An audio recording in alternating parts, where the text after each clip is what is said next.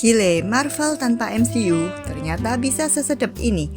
Di serial live action terbaru Amazon Prime, Spider-Man Noir baru aja rilis dan langsung dapat skor 91% di Rotten Tomatoes.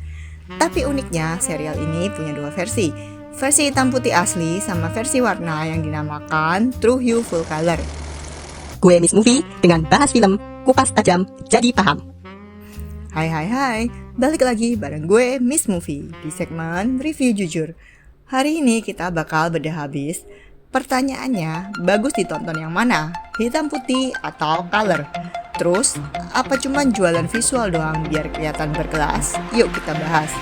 Review jujur, bahas teknis dari hati. Kami bedah tuntas sampai ke inti. Miss Movie Studios menterverifikasi. Siap kupas tuntas tanpa basa-basi. No jujur, no review. Miss Movie Studio. No jujur, no review. Let the perfect review begin. Lupakan Peter Parker yang ceria, karena di sini kita bakal ngikutin kisah Ben Reilly, seorang detektif swasta yang sinis dan lagi bokeh di era Great Depression New York tahun 1930-an. Nah, ceritanya Ben Reilly ini sebenarnya adalah mantan pahlawan super berjuluk The Spider. Dia sudah pensiun selama 5 tahun setelah tunangannya dibunuh secara tragis. Tapi hidup tenangnya terusik waktu dia dapat kasus misterius yang melibatkan Kate Hardy, seorang penyanyi klub malam seksi, dan Silvermane, bos mafia terbesar di New York. Yang bikin aneh, kasus ini menyeret kembalinya orang-orang berkekuatan super di jalanan. Ben terpaksa harus buka lemari, ambil topengnya lagi, dan kembali jadi Spider-Man buat beresin kriminalitas di kota yang super brutal ini. Buat yang belum ngeh, serial 8 episode ini adalah spin-off dari film Into the Spider-Verse. Ingat gak dia muncul di sana? Tetap disuarakan dan diperankan oleh Nicolas Cage. Nah, karena urusan hak cipta antara Sony dan Disney, namanya diganti jadi Ben Reilly. Di komik, Ben Reilly itu Scarlet Spider, tapi di sini namanya dipinjem buat gantiin posisi Peter Parker. Hasilnya, vibes-nya jauh lebih kelam, brutal, dan penuh darah dibanding film Spider-Man biasa. Nicolas Cage adalah nyawa dari serial ini. Aktingnya eksentrik tapi kerasa rapuh banget sebagai detektif tua yang trauma. Setelah sempat menangin Oscar, dia sempat menghilang. But he is back. Raut muka capeknya tuh loh nunjukin kalau karakter Ben Reilly ini emang udah lelah sama hidup tapi gak punya pilihan selain bertahan. Belum lagi akting Karen Rodriguez sebagai sekretarisnya juga bagus, bisa nyeimbangin akting Nicolas Cage. Chemistry mereka berdua dapet banget, bikin hubungan partner mereka terasa natural. Aktor-aktor lain seperti Lamorne Morris dan Brendan Gleeson juga memberi bobot lebih di serial ini. Nah, pujian terbesar jatuh pada visualnya. Kesan noirnya dapat banget. Untuk orang Indonesia emang jarang banget nonton film noir. Kelihatan biasa aja mungkin. Tapi buat gue yang pernah sekolah film di Los Angeles, gue kasih 4 jempol. Bikin film hitam putih jauh lebih susah daripada film warna.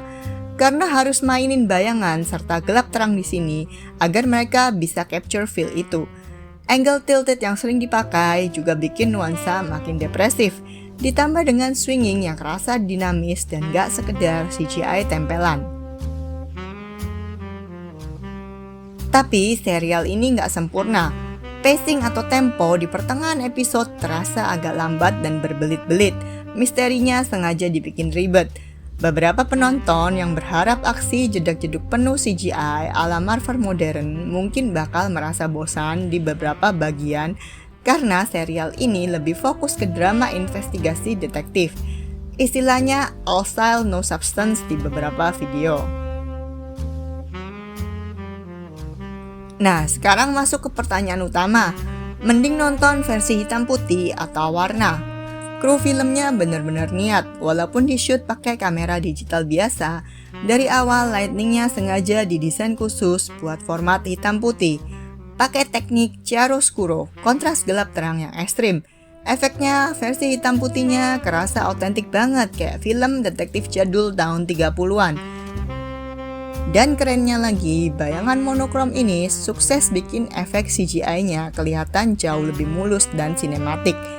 Kalau kalian tanya gue, jawabannya mutlak. Nonton yang hitam putih dulu. karena dari awal penataan lampunya emang dikunci buat format ini. Tapi jangan remehin versi warnanya yang sengaja dibikin oversaturated, mirip gaya komik cetak retro. Nonton yang versi ini pun oke sih. Mata kalian akan dimanjakan warna-warna cerah yang pop out. Sebagai perbandingan, coba lihat perbandingan side by side kedua versi. Tapi jujur aja nih ya, kalau buat pasar penonton Indonesia, terutama Gen Z, gue berani taruhan 90% dari kalian bakal tetap nyari dan milih nonton versi yang berwarna. Ngaku aja, iya kan? Kita kan kalau nonton sering lewat layar HP sambil rebahan. Kalau disuruh nonton format hitam putih yang penuh bayangan gelap, yang ada layarnya kelihatan buram, mata capek, dan ujung-ujungnya malah ketiduran. Ditambah lagi ada prinsip psikologi sayang kuota, udah bayar mahal-mahal, masa visualnya hitam putih kayak TV rusak zaman dulu. Kesimpulannya, Spider-Man Noir adalah eksperimen berani yang berhasil banget. Kalau kalian suka cerita superhero yang out of the box, atmosfer New York yang kelam, dan akting gila Nicolas Cage, ini tontonan wajib minggu ini di Amazon Prime. Gua kasih skor 7,5/10 untuk akting dan visualnya. Nah, sekarang giliran kalian yang jawab di kolom komentar.